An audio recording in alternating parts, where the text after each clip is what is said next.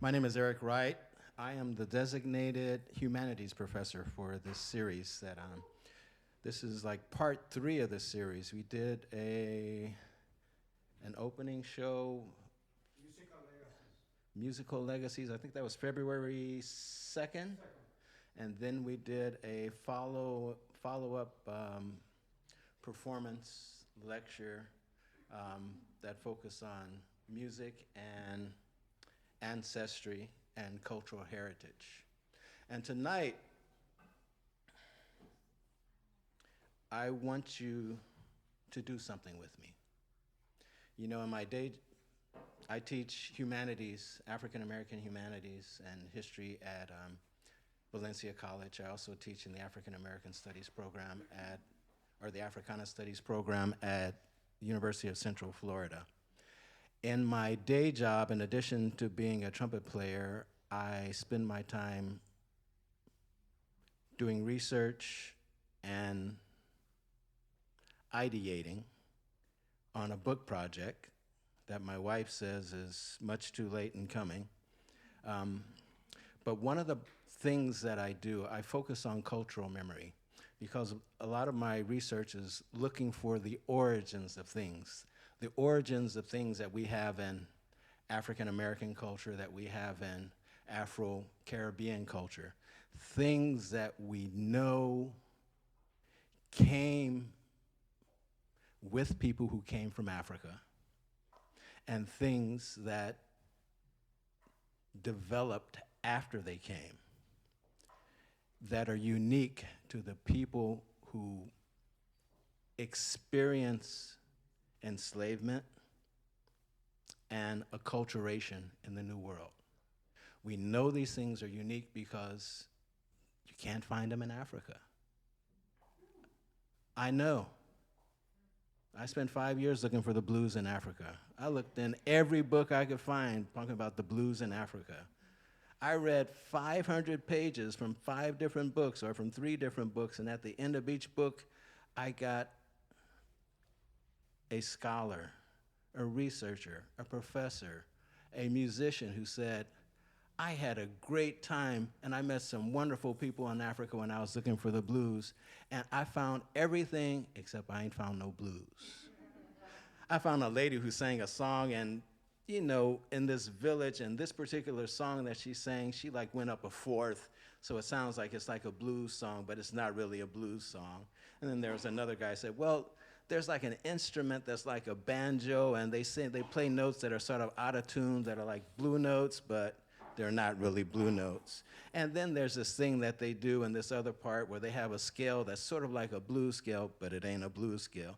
It's like, well, I spent my money and I spent my time reading your book to find the blues in Africa, and you're telling me that you went all over Africa and you didn't find the blues. So my conclusion is that the blues happen somewhere else. And the blues happen somewhere else in time and in space. In that space between when people came from Africa and their children and their grandchildren heard them singing songs and saw them doing dances. And over the course of generations, they remembered those songs and those dances that Mama sang, and that Daddy sang, and that Grandma sang, and that Grandpa sang, and the instruments that they kind of played, the instruments that they played and the way they played them. And they didn't know where they came from after a couple of generations.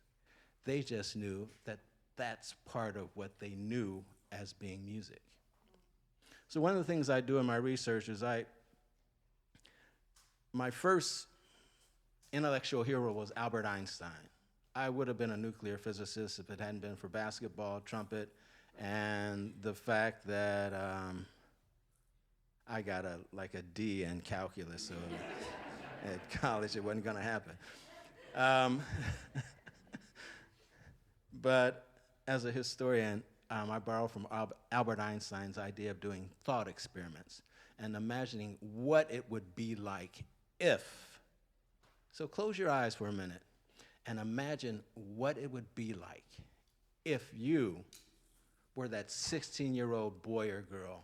I shouldn't say boy or girl, young man, young woman, older child who had been kidnapped from their home and had been shackled and marched all over different parts of Africa to get yourself to the coast. And then when you got to the coast, you were like holed up in a jail, essentially, for about 2 months until there was a boat that was going to come take you across the water.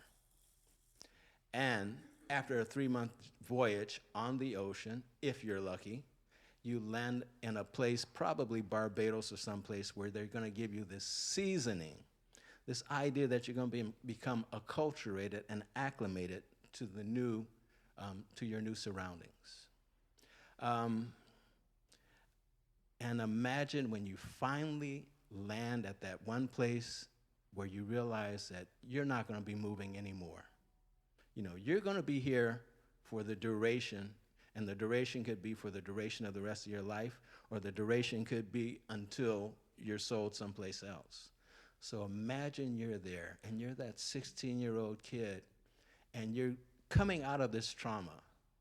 What are you going to do to keep yourself sane, to find your humanity? And you hear every night these drums that people are playing in the woods. You know, you're not yet a part of the community. Drumming is a communal action. Anybody who's ever been to a drum circle knows that drumming is a communal action, a communal way of life. But you hear this music, and you recognize there are some things that some rhythms that you recognize from your own experience. And eventually you get up enough courage to go over there and join in, because by, after a couple of weeks, maybe a couple of months, they know who you are, and they allow you to join in, and you start playing.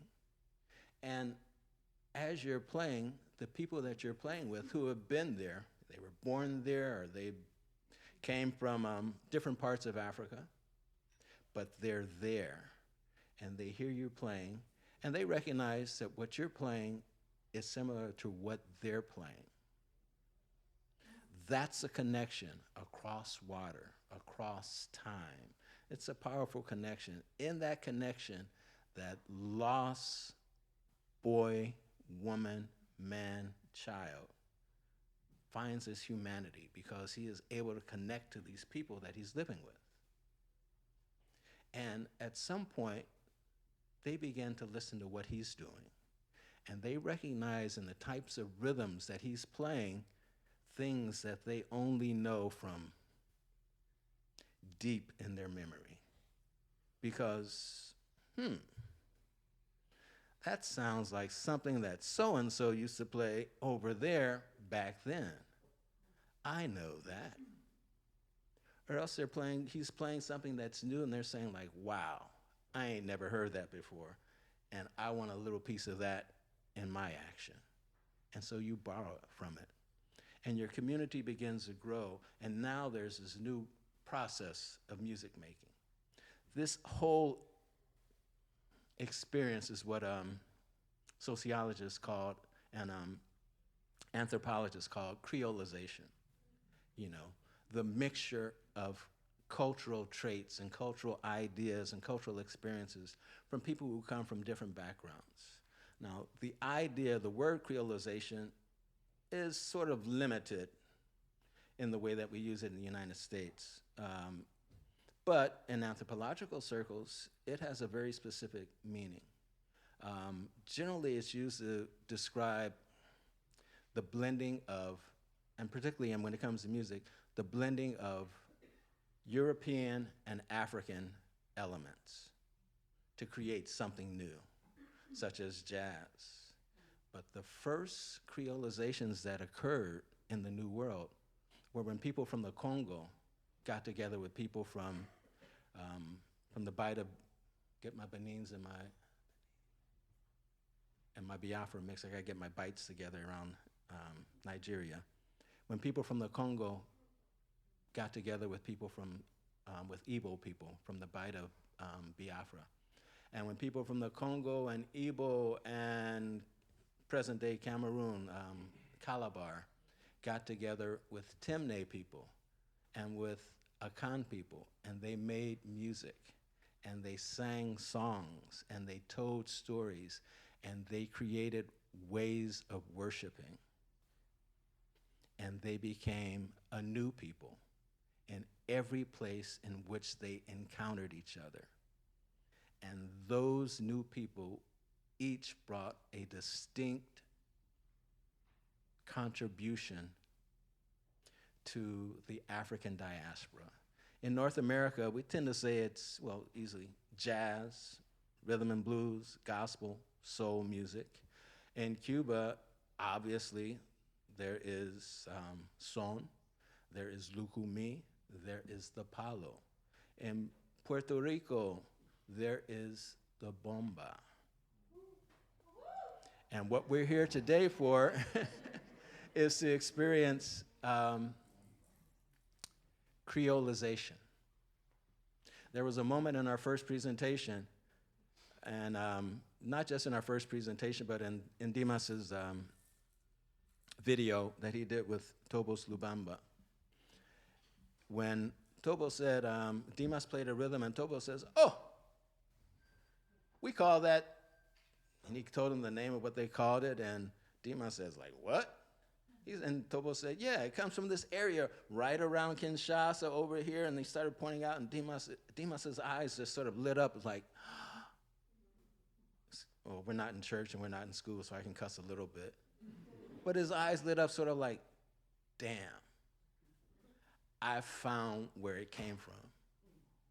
And what you're about to experience with my friend Dimas Sanchez, a master drummer and percussionist, and a student and historian of the bomba tradition, and Mr. Thobos Lubamba.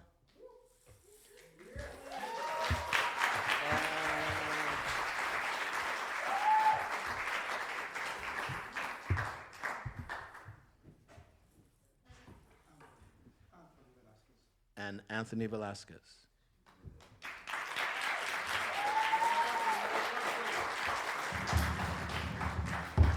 Now, if you watch carefully, you know, drummers have this hidden communication. Sometimes they'll just like shoot a look, and if you're not paying attention, you'll miss it. But if you watch carefully, there'll be something new that's gonna happen here while they're playing. And not only is that the process of creolization, that's the process of jazz improvisation, that's the process of humanization that we're talking about, this experience of making music together as a way to expressing our unique humanity.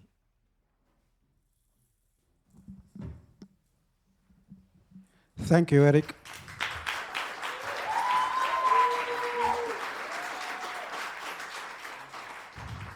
Okay, first of all, I would like to say thank you to all of you for coming here. Thank you very much. Also, I would like to say thank you to Florida Humanities, because this part of tonight's presentation was sponsored by a grant with Florida Humanities.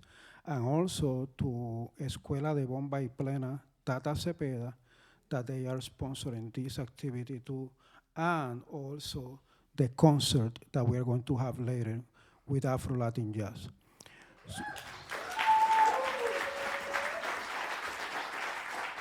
And here I have Anthony with me, and Mr. Thobos Lubamba, who has given me a lot of information.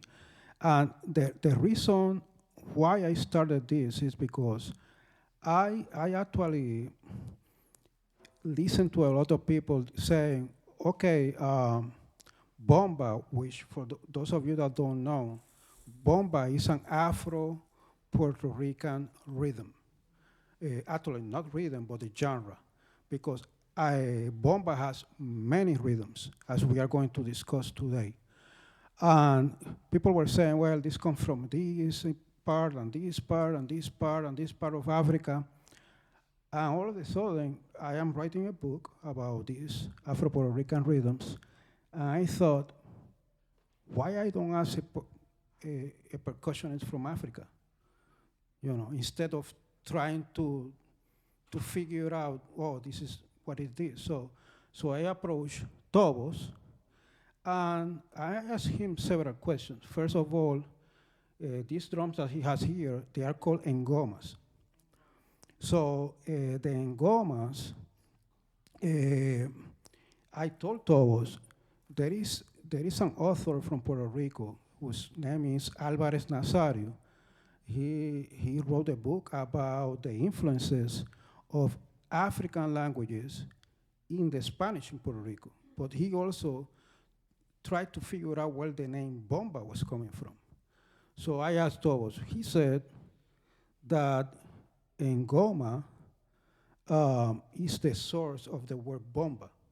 However, when I asked Thobos, he told me bomba is in the language Lingala, which is from Congo, and bomba means secret, like keep a secret.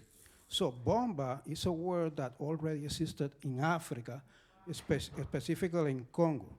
So they have, you told me that you have 5 official languages and more than 700 dialects.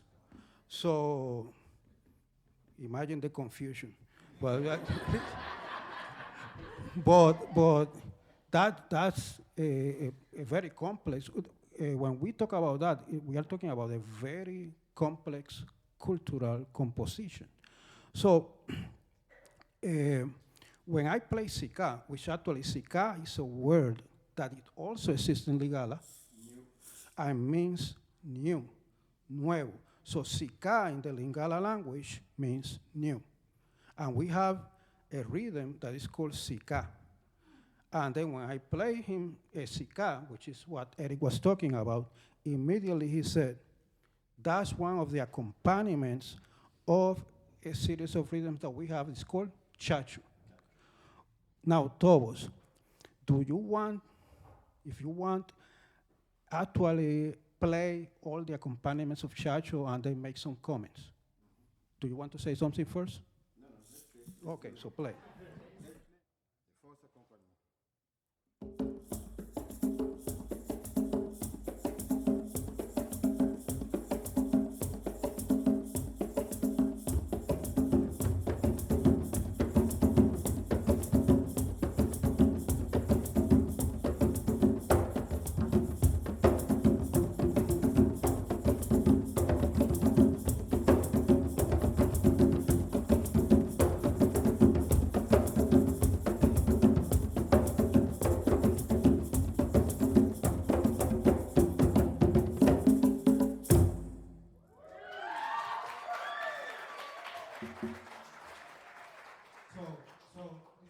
Accompaniment, but you said that we have like 4 different accompaniments. Yeah, that's the first accompaniment, and we got the second accompaniment. So which one is the second? The second.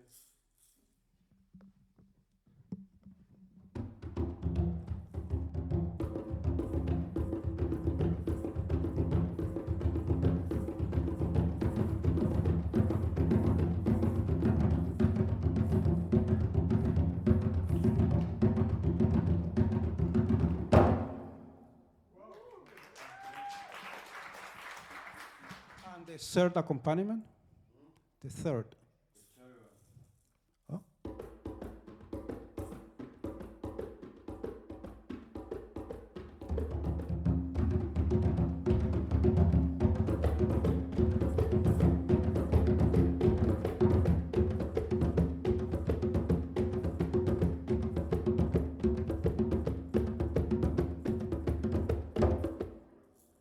And the fourth?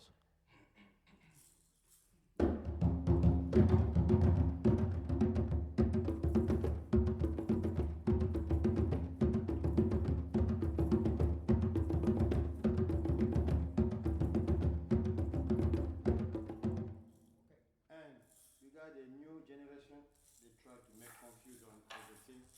We try to change. Now we play with the 2 drums. Okay. That's the first one. Let's go.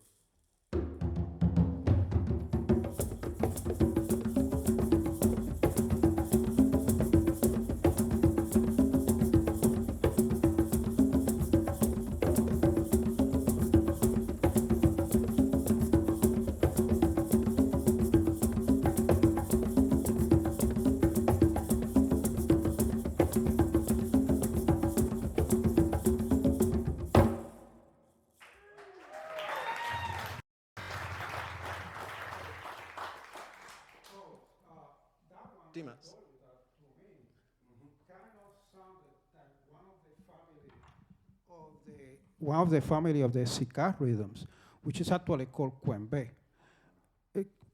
Do you want to play that again?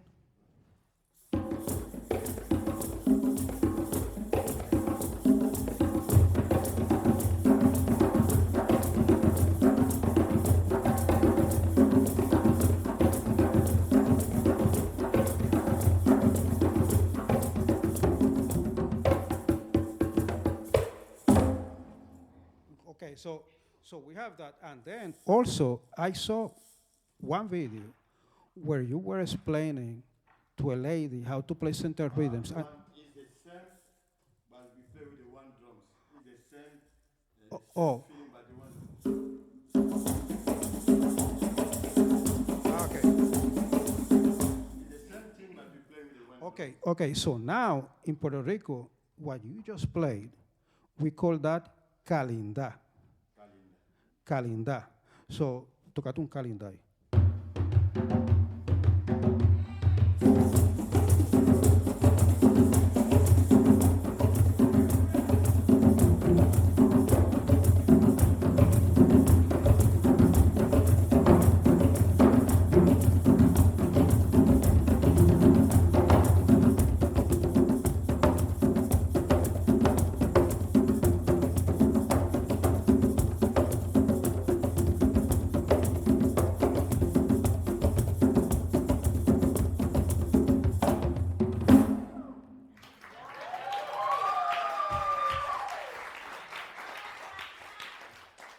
If you're doing research, you'll come across the word kalinda, kalindi, in different cultures in the New World.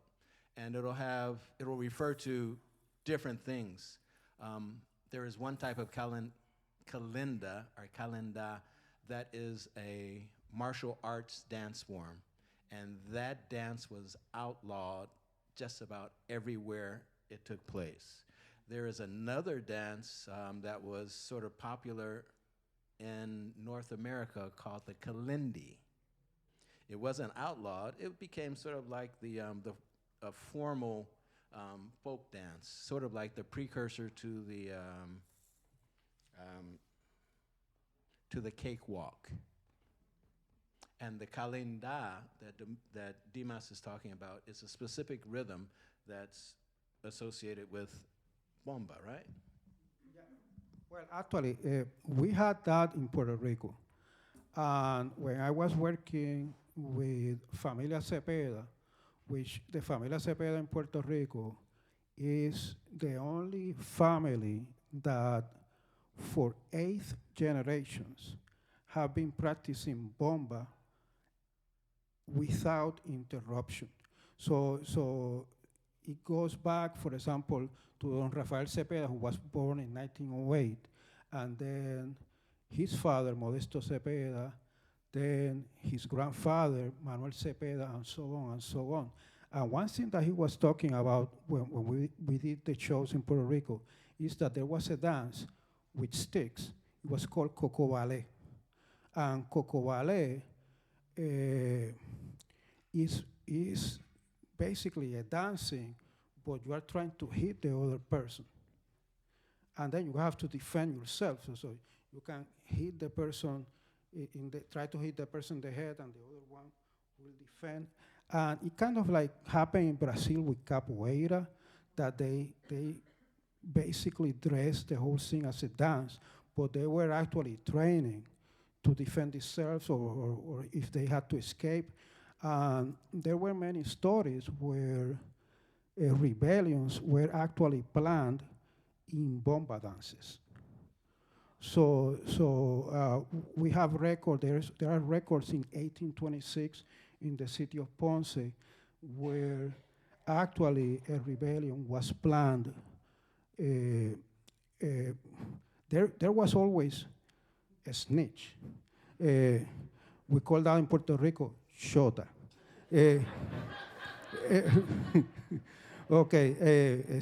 There was always a snitch, and that's why some of these rebellions were actually cut, but there was a lot of influence from Haiti because Haiti already had the rebellion and it was very successful because they actually kicked out the French in 1804. So yeah, we have coco ballet, and also in Brazil they have something it's called maculele, that is played with sticks.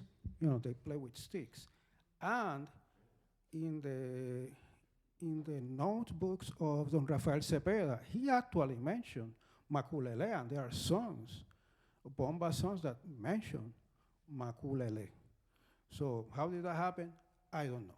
But somehow he knew about it, and then he spoke about coco ballet. So as you can see, basically, and that's what's something that blew my head away, is that basically two of the rhythms that we have, which we always have said that they are kind of the same family, are inside of chacho. With chacho, one is calendar, and the other one, the first accompaniment, is basically sica. I actually see almost no difference in how do we play it. Let's play it for a while and have some fun, and you can do a solo, solo, solo.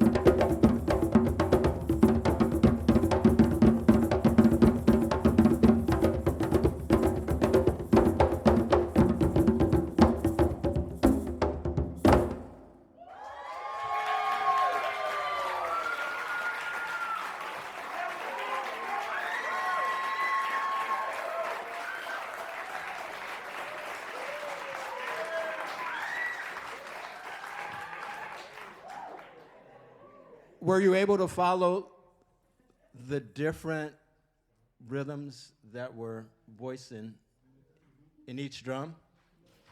And were you able to follow when the soloist took over?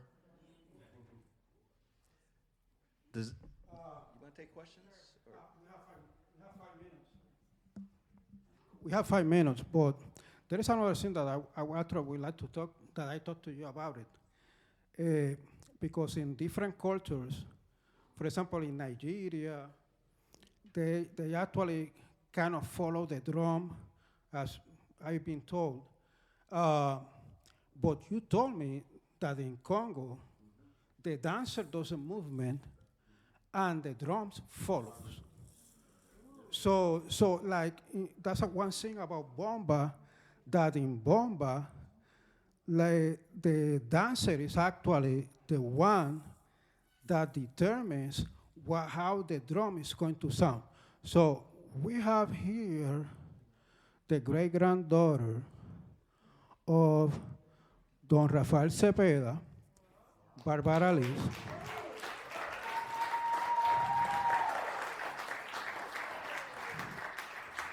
And I would like to demonstrate that. Now, what type of movement you guys do in Congo, and how are they, marked in the drum?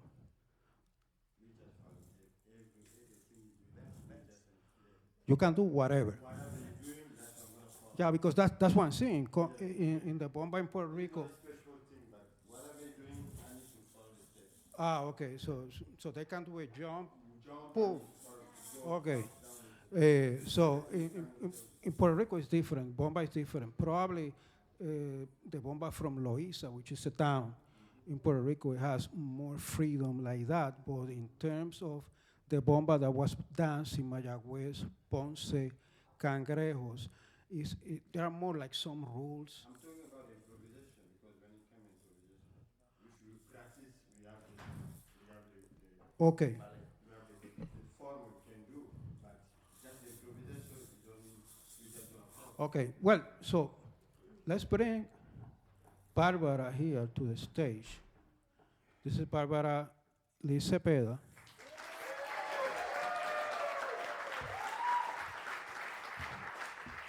She's the director of the Bomba School. And she's very important because she brought us food. So we are going to do the chacho. So the way that I call it chacho, bomba here, and then she's going to dance. And how do we dance that? She's going to do some movements.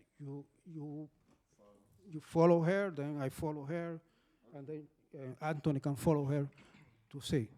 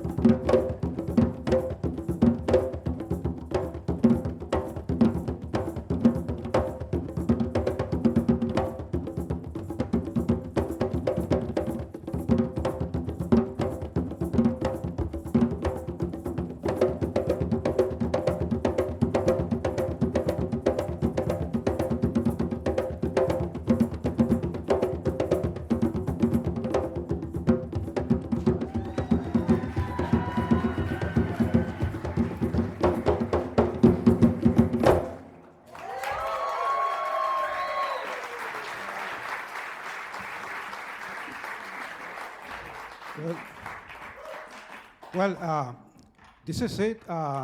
We have no more time, but any questions? Do you have any questions? I hope that we were thorough, at least in the presentation of Chacho, because there are some other rhythms that are very similar. Are there any questions? Yeah. When you're playing, do you keep time? Are you counting kind of time, or is it Well, yeah, we keep time. are you actually counting in your head in a way, or is it more just Kind of singing the rhythm. And the dancer has to also to keep, singing the rhythm. She or he will basically lead herself or himself by what the buleador is playing, because this is called engomas, but then in Puerto Rico we call this barriles or barrels, and this actually is tuned as a primo, this is the one that is supposed to follow her, and this one is a buleador. I'm supposed to be constant there, but we keep that in the rhythm in our head, like, which is actually the same pattern. It is called cinquillo, 1, 2, 3, 4, 5, 1, 2, 3, 4, 5, cinquillo, and it's the same pattern that is used in New Orleans in the second line. Exactly the same thing. The only thing that in New Orleans, in the United States, they lose the hand drums, and they use the drum set. Any other question before we have to go? No question? Well, thank you. Thank you very much.